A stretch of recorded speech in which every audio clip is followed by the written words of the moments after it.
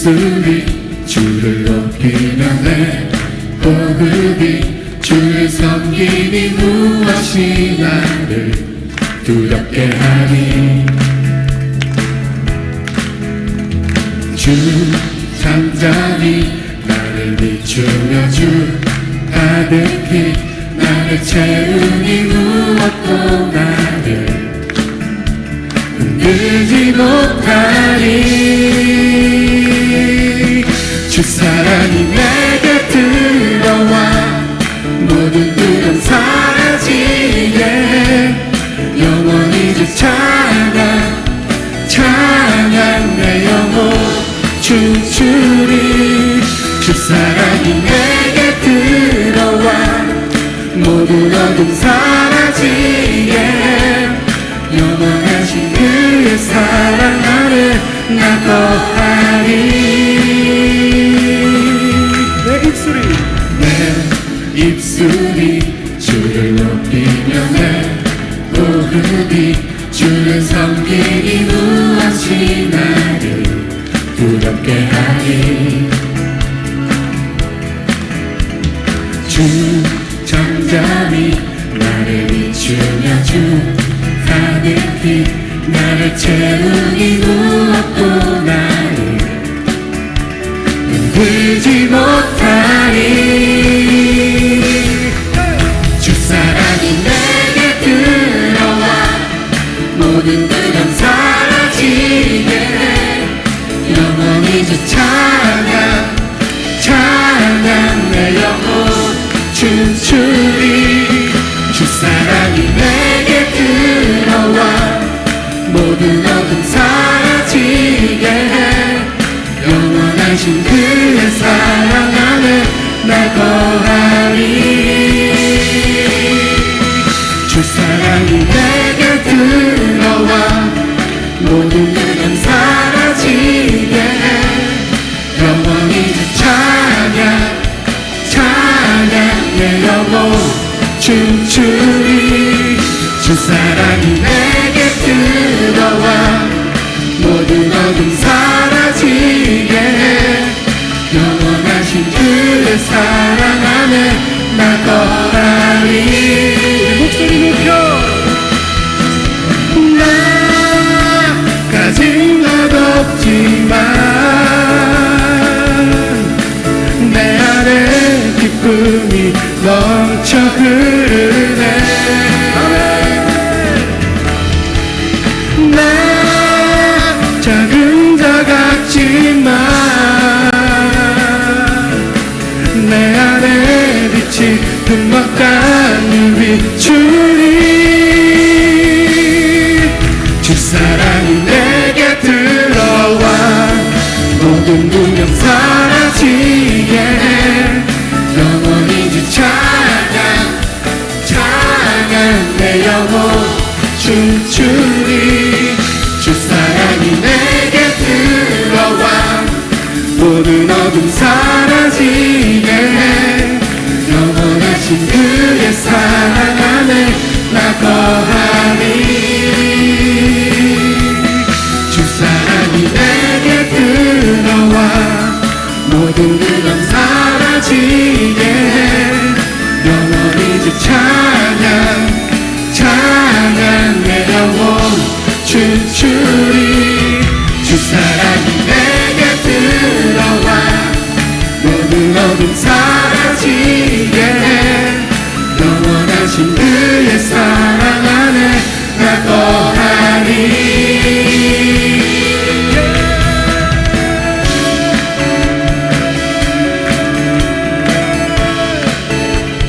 우리는 하나님의 자녀입니다. 믿으십니까? 네.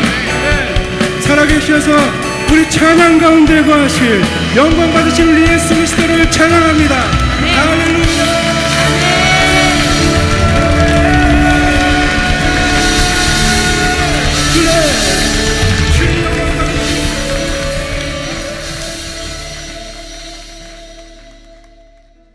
오늘 말씀의 제목은 축복을 선택하십시오입니다.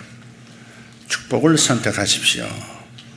하나님께서 천지를 창조하시는 것을 성경은 이렇게 표현하고 있습니다. 창세기 1장 3절에서 5절입니다. 하나님이 이르시되 빛이 있으라 하시니 빛이 있었고 빛이 하나님이 보시기에 좋았더라. 하나님이 빛과 어둠을 나누사 하나님이 빛을 낮이라 부르시고 어둠을 밤이라 부르시니라. 저녁이 되고 아침이 되니 이는 첫째 날이라. 아멘.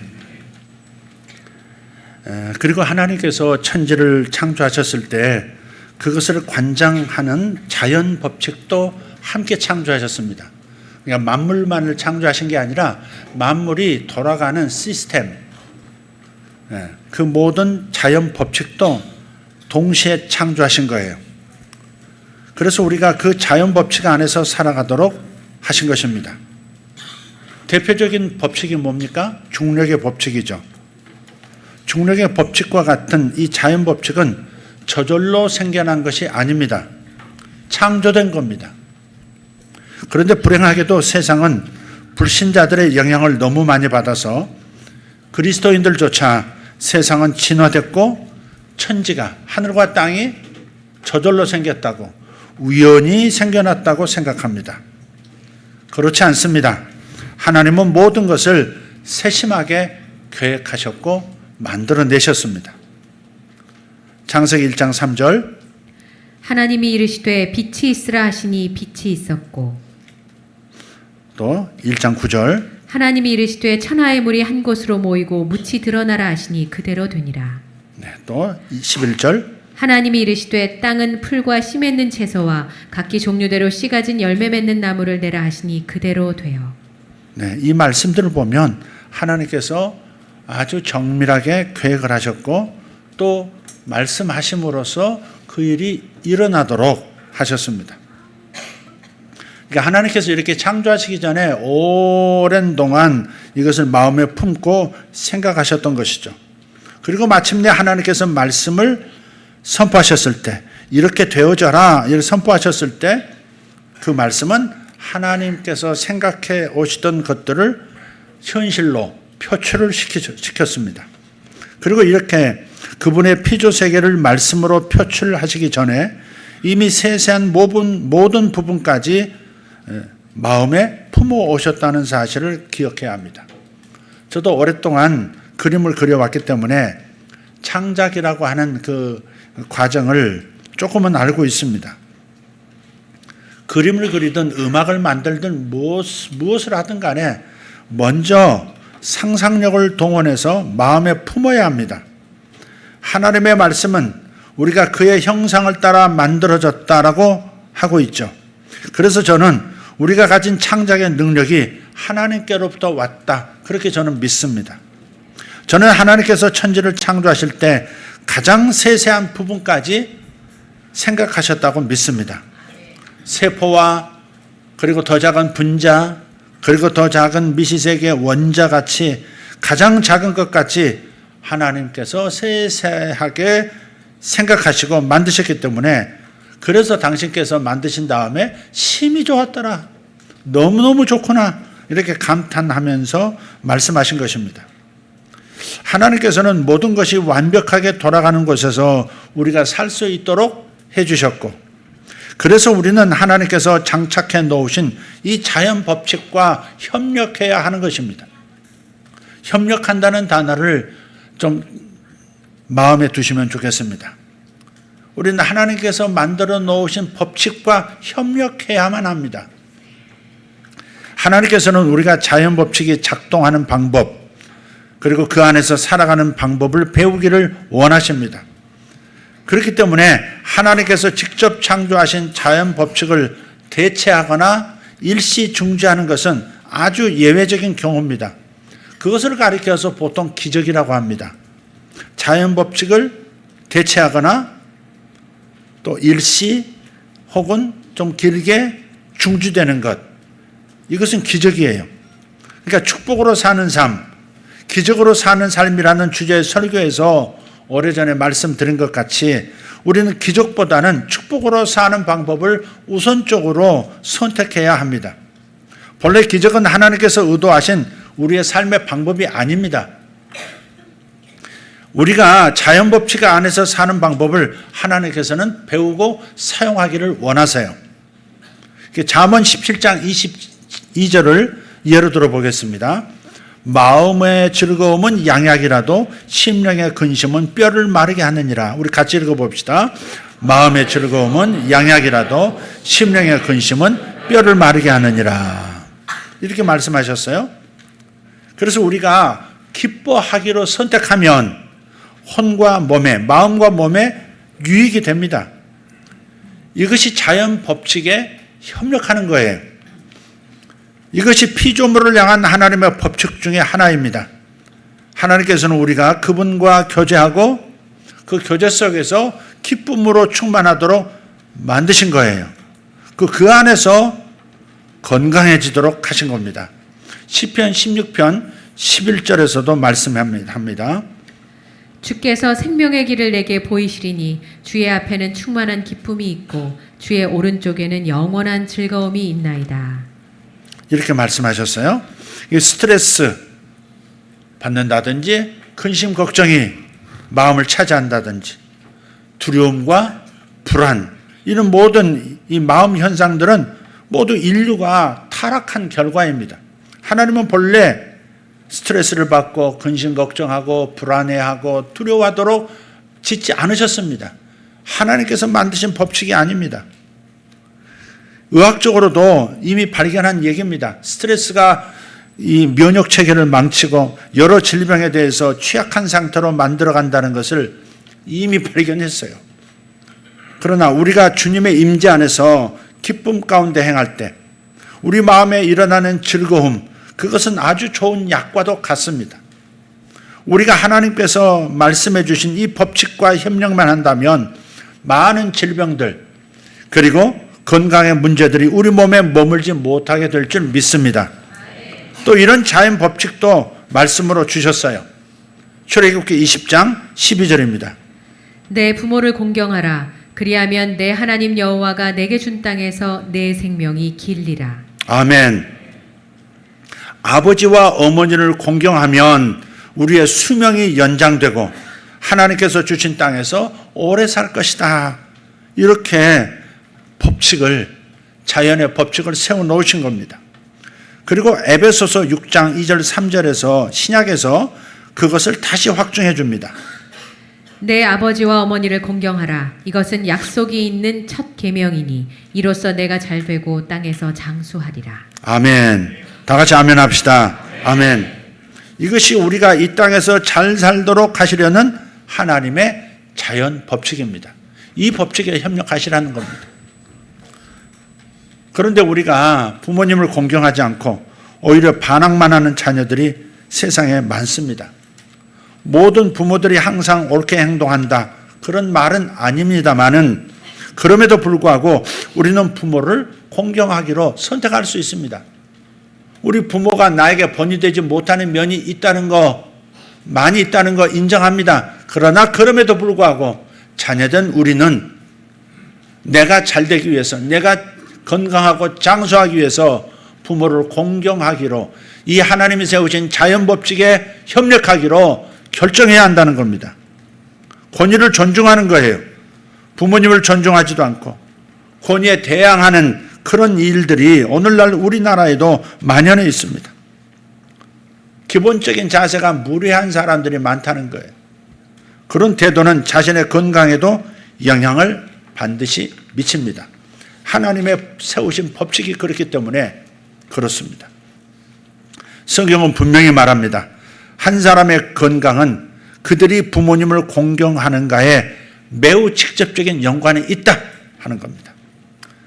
세상의 전문가들이라 하는 사람들은 바로 이 부분을 놓치고 있습니다. 그들은 세계 장수촌을 찾아가서 장수하는 사람들에게 왜 이 사람들은 심장병이 없지? 그렇게 생각하면서 의아해합니다. 우선적으로 그들은 식단을 분석하고 결론을 내려요. 생선을 통해서 오메가3를 섭취한 것이 이들의 장수의 비결이다. 이 어촌이 장수한 어촌으로 알려진 것은 바로 오메가3를 복용해서 그렇다. 이렇게 결론을 내리는 겁니다. 부모님과 연장자들을 공경하는 마을 문화가 장수의 요인이라 하는 그 중에 하나일 거라는 생각은 아예 하지도 않습니다. 오직 물리적이고 육신적인 이유만 찾기 때문에 그렇습니다. 그래서 그들이 부모를 공경한다고 하는 사실은 생각조차 못하는 겁니다. 동양, 특히 한국인이나 일본인들처럼 조상을 섬기한다, 그런 말이 아닙니다. 조상신으로 섬기한다는 말이 아니에요. 돌아가신 부모를 제사를 통해서 잘 모시면 그분들이 도와줘, 이런 식의 조상신 섬겨야 한다는 말이 아니에요.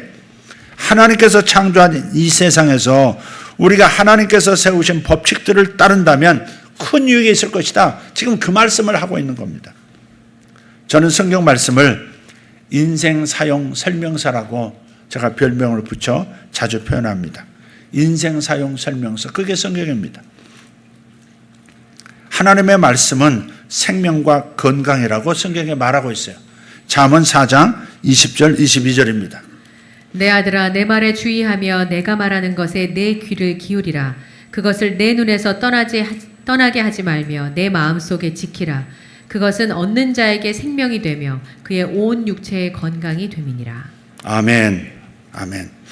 세상 사람들은 영적 진실을 고려하지 않아요. 건강을 위해서 식단, 운동 같은 것만 생각합니다. 사실 많은 사람들이 온갖 종류의 채소, 또 과일을 먹는 데 열광하지만 즐거운 마음을 갖는 것,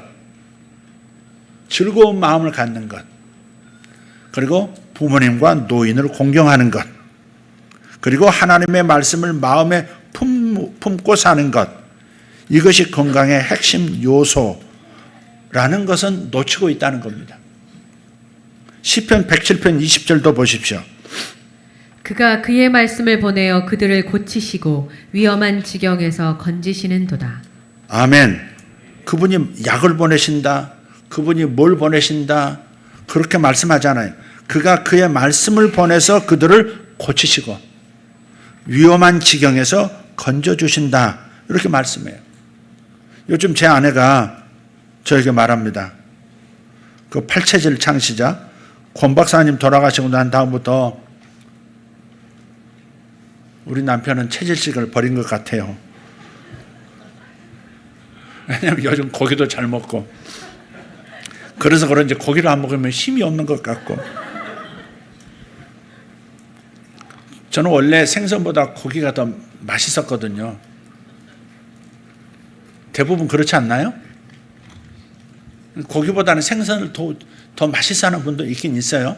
근데 저는 생선보다는 체질적으로는 생선을 먹어야 되는데 고기가 더 맛있는 거예요. 지금 드리는 말은 저만의 생각이니까 여러분이 받아들이지 않으셔도 괜찮습니다. 저만의 생각이에요. 저는 식단과 운동, 그것은 우리의 건강의 30% 정도만 차지한다고 생각해요. 저는 그렇게 생각해요. 제 개인 생각입니다. 상대적인 개념입니다. 나머지 70%는 영적인 것과 감정적인 부분에 달려있다. 저는 그렇게 생각합니다. 하지만 세상은요, 영적인 부분을 간과하기 때문에 식단이나 운동 같은 바로 이런 자연적인 것들에만 집중합니다. 물론 자연적인 것도 우리 건강을 이루는 중요한 요소이긴 하지만 더 중요한 부분들을 세상은 무시하고 있다 하는 겁니다. 사소한 것에 집착해서 중요한 것은 놓치고 있습니다. 하나님께서 우리를 창조하셨고요, 우리가 살아가는 이 세상도 창조하셨고, 살아가는 이 세상은 하나님께서 작동시키고 계시는 수많은 법칙들로 가득합니다. 창조주 하나님께서 우리의 몸이 특정 방식으로 가능하도록 만드신 거예요.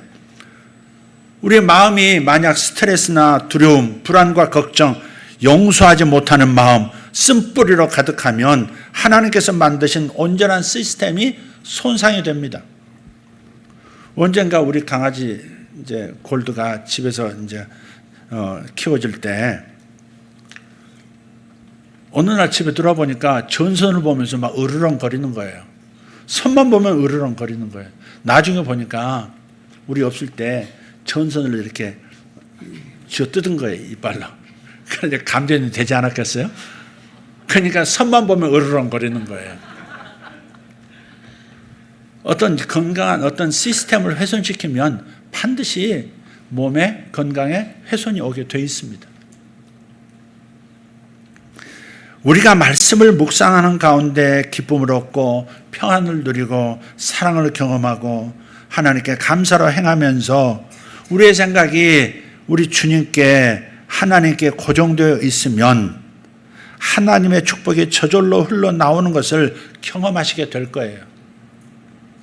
하나님께 시선을 고정하면 하나님께 마음을 이렇게 린치핀이라고 그러죠. 이렇게 고정시켜 놓으면 그러면 이상스럽게 모든 것들이 순조롭게 축복이 진행된다 하는 것을 반드시 경험하시게 될 거예요.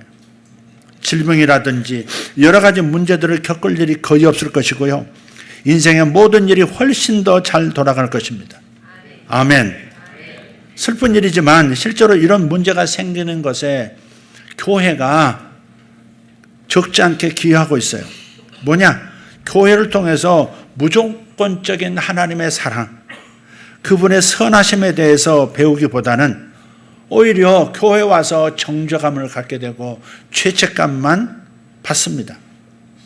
또 교회는 기도를 원래 목적과 다르게 왜곡시켜서 가르치기도 했습니다.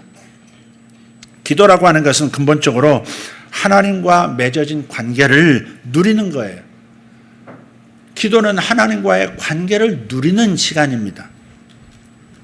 물론 다른 일을 위해서 중보 기도도 하고 마귀를 대적해야 할 때도 있지만 그것은 기도에 있어서 아주 작은 부분에 불과합니다. 기도는 하나님께 우리의 사랑을 표현하고 하나님께서 주신 은혜에 감사드리고 하나님의 그 깊은 선하심에 대해서 교제하는 겁니다.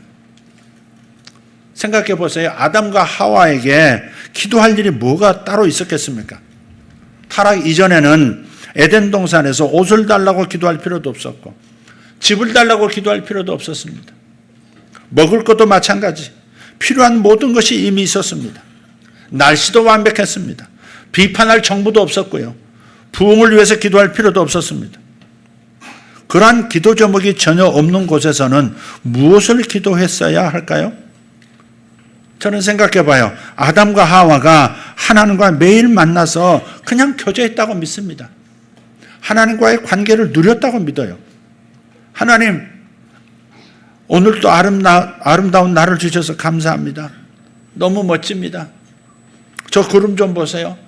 저 맑은 하늘 좀 보세요. 오늘 어떤 나무를 하나 발견했는데 처음 보는 나무였어요. 언제 만드신 거예요? 근데 그런 나무가 있는 것도 몰랐어요. 그 나무 열매도 오늘 맛보았는데 너무 맛있었습니다. 새로운 새도 한 마리 발견했는데 그 새의 목소리가 너무 좋았습니다. 하나님, 정말 당신은 지혜로우십니다. 위대하십니다. 너무 멋지십니다. 하나님의 지혜를 뭐라 말할 수가 없네요. 아마도 그들은 이렇게 하루 일상을 하나님과 나눴을 겁니다. 그 기도가 그런 기도였을 거예요. 무슨 다른 기도가 필요했겠습니까? 하나님을 경험하는 삶이라고 하는 성경 공부를 하면서 어느 한 날에 이런 숙제를 내줍니다. 30분 이상 산책하면서 기도하기입니다. 30분 이상 산책하며 기도하기. 산책하면서 기도하라는 겁니다. 그 과목을 진행할 때가 가장 좋았었다. 학생들이 그런 보고를 많이 했습니다. 어떤 분은 산책하면서 처음에는 좋은 날씨에 대해서 감사했고 떨어지는 낙엽을 보면서 그 색깔의 다채로움에 감사하고 다가오는 하얀 거울을 생각하면서 기대하는 마음으로 감사를 했다고 보고합니다.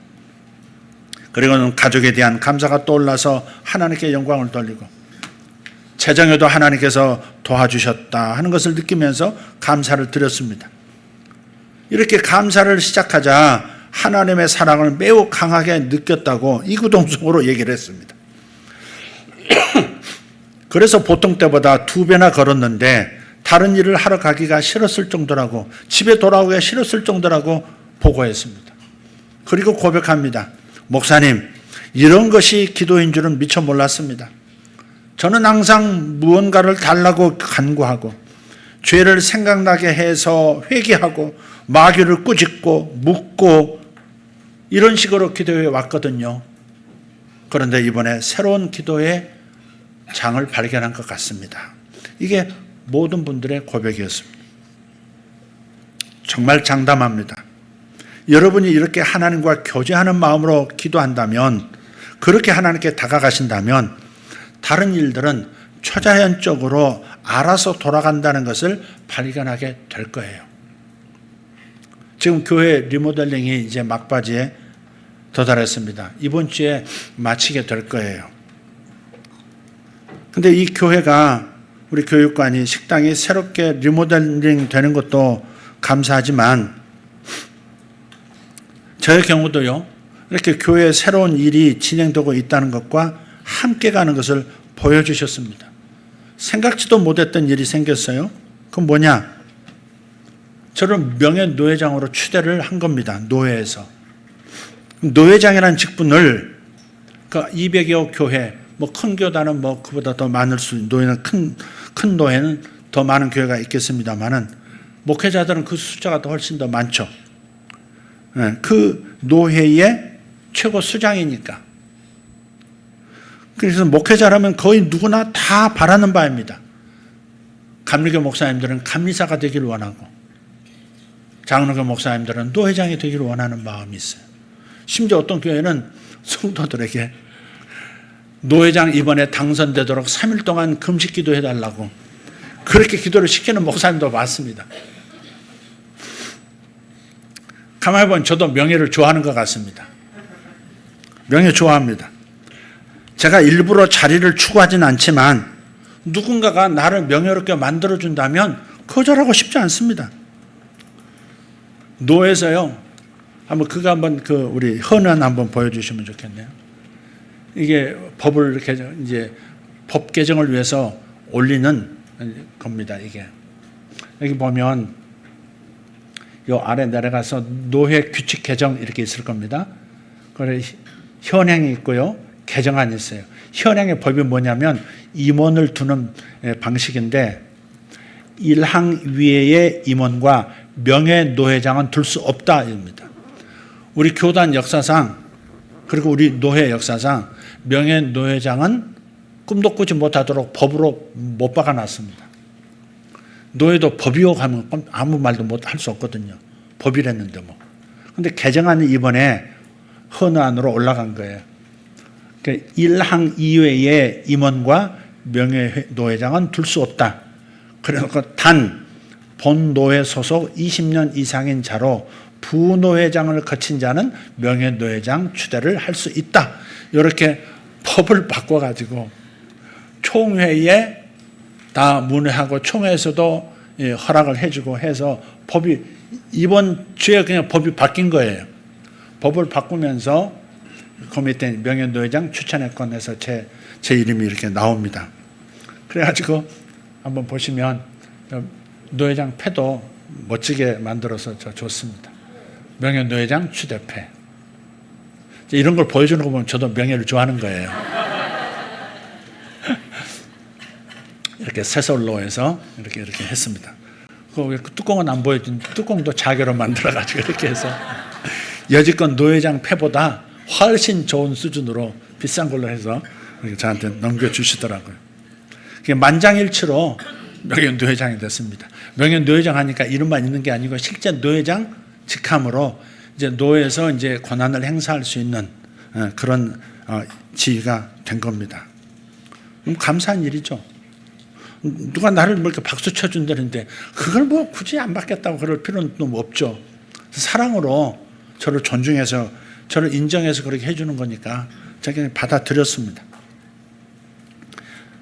제가 제 얘기까지 꺼낸 것은 우리가 주님의 인도하시는 일과 함께 가고 주님의 이 선하심 가운데서 우리가 기뻐하면서 감사하면서 행복을 누리면서 간다면 우리가 굳이 이거 저거 해주세요 몸부림하면서 기도하지 않아도 저절로 돌아가는 무언가가 항상 있더라는 말씀을 여러분께 드리는 거예요.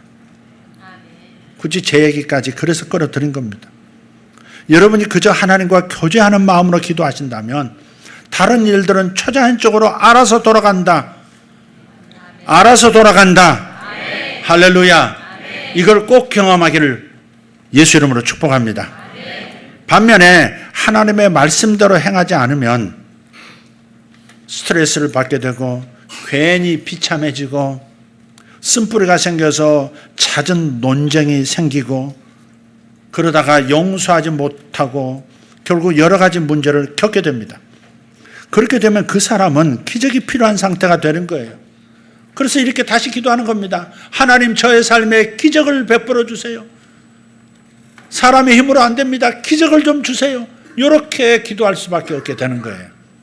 축복의 시스템에 올라타지 못하면, 자연스럽게 이루어지는 이 축복의 시스템에 올라타지 못하면 기적이 필요한 상태가 되는 것이고, 그래서 하나님께 기적하는 사람이 되는 거예요. 평소에 사랑과 기쁨과 평안과 은혜 가운데 자유감 안에서 살고 있다면 기적이 따로 필요하지 않습니다. 하나님은 우리를 너무나 사랑하시기 때문에 기적을 베풀어 주시기는 하겠지만, 우리가 축복의 법칙을 따라 사는 법을 배우기만 한다면 기적이 필요하지 않게 된다는 사실입니다. 기적으로 사는 사람이 좋겠습니까? 축복으로 사는 사람이 더 낫겠습니까? 당연히 축복이죠. 기적은 축복을 경험하지 못하는 상태에서 하나님께서 초자연적으로 간섭해달라고 기적을 베풀어 달라고 하는 거잖아요. 기적도 어떤 사람에게는 매우 중요한 상황이긴 하지만 축복이 훨씬 낫다 이 말이죠. 기적을 따로 베풀 필요가 없이 기적처럼 축복이 자연스럽게 흘러 넘치는 삶을 사는 것, 저와 여러분의 삶이 되기를 축복합니다. 그래서 여기서 다시 기적과 축복의 차이를 한번 말할 수밖에 없습니다. 사실은요, 기적은 세상 사람들을 위한 것이라고 저는 믿어요. 세상 사람들을 위한 거예요. 마치 식사 시간을 알리는 종처럼 기적을 사용하셔서 사람들이 예수님께 나오도록 그들의 관심을 끌어내는 것, 그것이 바로 기적의 역할입니다. 그래서 성도가 살아가는 매일의 삶이 기적으로 연속되지는 않는 이유가 그래서 그렇습니다. 계속 기적을 베풀어 주시면 좋겠는데 기적이 항상 나타나지는 않는 거예요. 그건 세상 사람들의 관심을 끌어서 예수님 앞에 나오도록 종을 땡땡땡 치는 것 같은 것, 그게 바로 기적이기 때문에, 기적의 목적이기 때문에 그렇습니다. 기적의 정의는 그래서 이렇습니다. 자연 법칙이 대체되거나 또는 일시 중지되는 것, 그게 기적의 정의입니다. 기적은 자연 법칙을 대체하거나 중지시키는 사건이에요. 무리를 걷는 것은 기적이에요. 그러나 그 물이 얼어붙어 있었다면 그건 기적이 아니죠. 기적은 초자연적인 겁니다. 하나님께서 우리의 필요를 공급하시는 방법은 다양합니다. 이 두 가지 주된 방법으로 우리를 이끌어 가시는데 축복하고 기적입니다. 그런데 이 둘의 차이를 깊이 생각하지 않고 있다는 것이죠. 깊이 생각해 본 사람들이 많지 않습니다. 가만히 보면 열심히 있는 그리스도인들이 기적을 추구하는 경향이 많습니다. 생각해 보세요. 두 개의 문이 이렇게 나란히 서 있다고 생각해 보세요. 하나의 문에는 기적이라고 쓰여 있고 나머지 하나는 축복이라고 쓰여져 있습니다. 그런데 대부분 그리스도인들은 매번 기적이라고 쓰여 있는 문으로 달려갑니다. 나는 기적을 원해요. 미러클. 하나님의 기적 가운데 살고 싶어요. 물론 오늘날에도 기적은 일어납니다. 우리 교회 가운데도 기적은 일어납니다. 네. 저는 지금 기적이 문제라고 말하는 것이 아니에요. 그렇다고 해서 기적이 하나님의 최선도 아니라는 말을 하고 있는 겁니다. 우리를 향한 하나님의 최선은 축복인 줄 믿습니다. 하나님께서는 여러분이 축복 속에서 살기를 원하세요. 장기적으로 볼 때 축복이 기적보다 훨씬 더 좋기 때문에 축복 속에서 살기를 원하시는 겁니다. 이스라엘이 광야에서 살 때는요, 만나가 하늘에서 갑자기 나타났습니다. 하룻밤 지나고 나면 먹을 것이 지천에 놓여 있었다고요. 물이 없는 곳에서 가끔은 바위가 터지면서 바위에서 물이 나온다. 흙에서 물이 나오는 게 아니라 바위가 쪼개지는데 바위에서 물이 나온다. 이거 기적 아닙니까? 예. 근데 그것이 그들에게 최선이 아님을 하나님께서는 아셨기 때문에 가나안 땅에 들어가자마자 만나가 그쳤습니다. 만나가 나타나지 않아요. 기적이 중단됐습니다. 뭘 가리킵니까? 하나님은 자연 법칙에 따라서 살아가면서 우리가 축복을 받아 더 풍성한 삶을 살기를 원하신다는 겁니다. 기적을 간구하기보다는 축복 가운데 살아가는 원리를 배우는 것, 이것은 재정 분야에도 적용이 됩니다. 공급이 역사하는 것에도 하나님의 창조하신 법칙이 있습니다. 여러분, 돈 그렇게 많이 말하면서 하나님의 창조하신 법칙을 잊어버리면 안 됩니다. 물을 거슬러 올라가는 것보다는 물을 따라서 헤엄치는 것이 훨씬 멀리 가지 않습니까? 그죠? 물을 거슬러 올라가는 게 빠르겠어요? 물을 따라서 흘러 헤엄치 나가는 게 빠르겠어요? 후자가 훨씬 빠르죠. 마찬가지예요. 하나님의 축복의 법칙, 재정에 대한 법칙을 따라가는 것이 맞습니다. 신명기 28장 8절을 읽어보겠습니다. 여호와께서 명령하사 내 창고와 내 손으로 하는 모든 일에 복을 내리시고 내 하나님 여호와께서 내게 주시는 땅에서 내게 복을 주실 것이며. 아멘, 아멘. 너의 창고와 네 손으로 하는 모든 일에 복을 내리신다, 그렇게 말씀하고 있어요. 이 부분이 중요해요. 신명기 28장 12절. 여호와께서 너를 위하여 하늘의 아름다운 보고를 여시사 내 땅에 때를 따라 비를 내리시고 내 손으로 하는 모든 일에 복을 주시리니 내가 많은 민족에게 꾸어 줄지라도 너는 꾸지 아니할 것이요. 아멘. 우리가 손대는 일은 모두 축복을 받는다고 말씀하고 있습니다. 우리가 손대는 일에 모두 복을 받습니다. 아멘. 그런데 생각해 보세요. 100 곱하기 0은 뭐예요? 0이죠. 현재 피치 못할 사정으로 중앙정부나 지방정부에서 지원하는, 그리고 어떤 개별적 단체들이 제공하는 그 지원을 받아서 살아가는 사람들이 있어요. 근데 이런 분들을 비난하려고 하는 말 아닙니다. 우리가 문제 삼아야 하는 것은 뭐냐? 우리가 하나님께 능력으로 역사해 달라고 기도하면서도 정작 자신은 아무 일도 하지 않는 태도를 갖고 살아간다는 겁니다. 그런 사람들이 있습니다. 실제로 그런 세대들이 등장했다는 보도도 있습니다. 재정 문제에 대해서 얘기하다 보면 아예 일하는 것 자체를 싫어하는 사람들도 있다는 것을 발견해요. 남에게 지원을 받는 상태를 하나님께서 어떻게 축복하실 수 있겠습니까? 우리 하나님의 말씀은 이것입니다.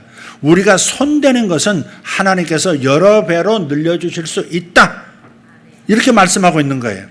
하지만 그냥 지원받는 돈을 배가하시지는 못합니다. 그것은 하나님께서 세우신 법칙이 아니기 때문에 그렇습니다. 하나님의 법칙은 손으로 하는 일에, 몸을 움직일 때, 머리를 움직일 때, 손을 움직일 때 무언가가 생산되도록 만드는 시스템입니다. 그래서 거저받는 거, 지원받는 거, 이런 것에는 역사가 일어나지 않도록 하신 겁니다. 그래서 자기 손으로 하는 일에 복을 주신다는 사실을 믿으시길 바라는 거예요. 믿음의 사람 이삭을 보십시오. 창세기 26장 12절 13절입니다. 같이 읽겠습니다. 이삭이 그 땅에서 농사하여 그 해에 100배나 얻었고 여호와께서 복을 주심으로 사람이 창대하고 왕성하여 마침내 거부가 되어. 아멘. 하시는 일에 100배 축복이 있기를 축복합니다. 하시는 일에 100배가 있기를 축복합니다. 하나님의 주시는 복으로 마침내 거부가 되시기를 축복합니다. 아멘. 여러분, 거부라는 말이 성경에 나옵니다. 거부라는 말이 성경에 나옵니다. 그래서 거부라는 말에 거부감을 느끼지 말기를 부탁합니다. 거부를 거부하지 말기를 바라요. 거부가 되게 하심도 하나님께서 세우신 법칙 가운데 하나입니다. 그래서 성경에 이들의 사례를 기록하게 하신 거예요. 아브라함이 거부였고요, 아들 이삭도 마침내 거부가 되었어요. 창세기 26장 12절 13절 마침내 거부가 되었어요. 또 이삭의 아들 야곱도 마침내 거부가 되어서 귀향했습니다. 그의 아들 요셉 또한 거부가 되어서 온 가족을 먹여 살리고 형제들의 자식까지도 먹여 살리고 자기 민족 전체를 먹여 살린 사람이 되었습니다. 이삭은 하나님께서 세우신 자연 법칙을 따라서 움직임으로써 그 해의 100배, 그리고 마침내 거부, 초부자가 되었다. 그렇게 말씀하고 있는 거예요. 가만히 이 말씀을 연구해 보시면 이삭이 그 해에 100배나 얻었다는 바로 그 해라고 하는 것은 흉년의 때였습니다. 흉년이 몇 년째였는지 모르지만 흉년이 너무 연거푸 일어나니까 가나안 땅에서 살고 있던 많은 이스라엘 사람들이 다 떠났어요. 이스라엘 사람이, 가나안 사람들이 다 떠났어요. 애굽으로 내려가고 모압 땅으로 가고 천지사방으로 흩어졌습니다. 땅을 다 버렸습니다. 비가 오질 않으니까. 그런데 바로 그 해에 주님께서 너 그 땅을 떠나지 말고 여기 머물러. 내가 복을 줄 거야. 그렇게 감동을 주셨죠. 그 이삭이 순종해서 그 흉년에 사람들이 버리고 간 땅을 포함해서 거기에다가 씨를 뿌린 겁니다. 그가 씨를 뿌리자마자 비가 내렸는지 그런 얘기는 성경에 없어요. 그렇지만 그 해에 그 흉년 때 오히려 100배나 얻었다라고 말씀하고 있는 겁니다. 그리고 마침내 창대하고 왕성해서 거부가 되었더라. 이 거부라는 말이 사람의 생각에 따라서 상대적이긴 합니다만은 제가 생각하는 거부의 정의는 이렇습니다. 고린도후서 9장 8절에 있습니다. 하나님이 능히 모든 은혜를 너희에게 넘치게 하시나니 이는 너희로 모든 일에 항상 모든 것이 넉넉하여 모든 착한 일을 넘치게 하게 하려 하심이라. 아멘. 우리가 거부라는 말, 부자라는 말, 큰 부자라는 말, 뭐 초부자라는 말, 이런 말에 대해서 거부감이 안 느껴져야 하는, 느끼지 않아도 되는 그런 정당성이 이 안에, 이 말씀 안에 있습니다. 제가 생각하는 부자는 고린도후서 9장 8절, 여러분 암송 카드에 있죠? 바로 여기 담겨 있어요. 모든 일에 복을 받아서 항상 넘치는 재정을 개인적으로 받아서 필요에 부족함을 느끼지 않는 상태. 내가 뭔가가 필요한데 돈이 없어서 내가 누리질 못한다, 얻지를 못한다, 이건 아닌 거죠. 그리고 하고자 하는 모든 선한 목적들을 마음껏 펼칠 수 있는 상태. 다시 말해서 마음은 있지만 재정이 부족해서 베풀지 못하는 그 상태에서 완벽하게 벗어나는 모습. 마음에 주어지는 크기 그대로 남에게 베풀 수 있는 상태. 그것이 거부, 초부자의 모습이라고 저는 생각합니다. 그러니까 나만을 위한 부요, 나만을 위한 부자, 됨, 이것이 아니죠. 우리 그리스도인들이 품어야 할 생각은 마음껏 생각대로 베풀 수 있는 상태의 재정으로 성장하는 것. 이것이 성경적인 부요입니다. 사랑하는 성도 여러분, 움직이셔야 합니다. 사실 돈도 움직이게 해야 합니다. 위치 에너지를 두시면 그러면 생산성이 위치 에너지만 가지고는 저수지에 물을 가득 채워놓은 거 가지고는 뭐 거기서 밴을 타고 뭐 물고기 잡고 하는 건 뭐 끌어낼 수 있겠지만 물을 저수지에 가둬만 놓으면 이것은 생산성이 굉장히 낮은 거죠. 이것을 낙차시켜서 위치 에너지를 이렇게 전기 에너지로 바꾸는 것이죠. 그 전기 에너지가 많은 것을 생산해 내지 않습니까? 그러니까 움직여서 무언가가 하나님의 축복이 나타나도록 그렇게 하나님은 자연 만물의 법칙을 세우신 거예요. 움직여야 하는 거예요. 가만히 있으면 안 돼요. 사람도 움직이면 안 되고 땅도 안 움직이면 안 되고요. 땅도 움직여야 하는 거예요. 그래서 갈아엎고 뭐 하고 하는 거예요. 네. 계속해서 땅도 움직이게 해야 합니다. 가지고만 있으면 안 됩니다. 부동산도 가지고만 있으면 안 되는 거예요. 사실은 움직이게 해야 합니다. 움직이도록 만들어요. 모든 만물을 움직여야 무언가가 생산되도록 하나님께서 그런 법칙을 세우셨어요. 돈도 움직이게 해야 합니다. 가만히 두는 것은 지혜가 아니죠. 지혜가 아니죠. 하나님의 법이 아니에요. 움직이도록, 일하도록 만들어야 합니다. 일하도록 만들어야 합니다. 여러분에게 건강에 넘치기를 축복합니다. 힘이 넘치시기를 축복합니다. 필요한 지혜가 그때그때 샘솟기를 축복합니다. 기적보다는 축복을 선택하시기를 바랍니다. 이삭처럼 이 해에 100배를 얻으시고 다음에도 100배로 얻으시기를 바랍니다. 그리고 마침내 거부가 되시기를 주님의 이름으로 축복합니다. 그리고 마침내 거부가 되어 여러분이 선한 일을 하고자 하는 모든 일에 충만한 분들 되시기를, 넘치는 분들 되시기를 예수 이름으로 축복합니다. 축복합니다. 아멘. 기도하십시다. 하나님 감사합니다. 하나님께서 천지를 만드실 때 천지가 돌아가는 법칙도 세우셨습니다. 하나님, 이 법칙을 따라 우리가 움직이고 또 움직이게 함으로써 많은 일들이 생겨나고 하나님께서 우리를 풍성하게 살게 하시고 남들도 풍성한 삶을 살도록 만들어주는 사람이 되기를 원하고 계심을 깨달았습니다. 주여, 우리가 기적만을 바라는 그런 사람 되지 말고 항상 축복 가운데 사는 사람들 되기를 선택하게 하옵소서. 그래, 선택의 법칙 위에 올라타 하나님 주께서 주시고자 하는 아름다운 인생, 선한 인생, 주께 영광되는 인생 되게 하여 주시옵소서. 예수님의 이름으로 기도합니다. 아멘.